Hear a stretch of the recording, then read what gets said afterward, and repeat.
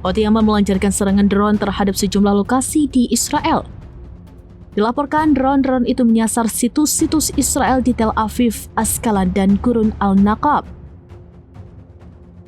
Hal tersebut dikonfirmasi oleh juru bicara Houthi Yahya Saree pada Kamis 31 Juli 2025. Dikutip dari Tribun News, Yahya Saree menyatakan bahwa pasukannya melakukan 3 operasi menggunakan pesawat nirawak baru.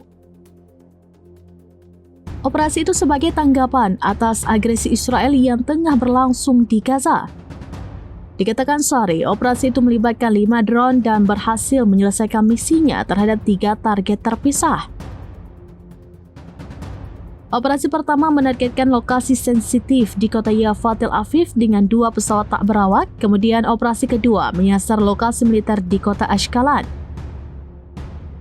Houthi melesatkan 2 drone tambahan saat menyerang target tersebut.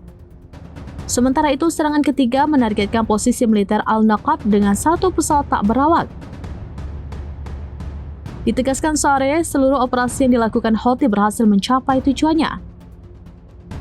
Pihaknya pun berjanji akan terus meningkatkan eskalasi terhadap Israel.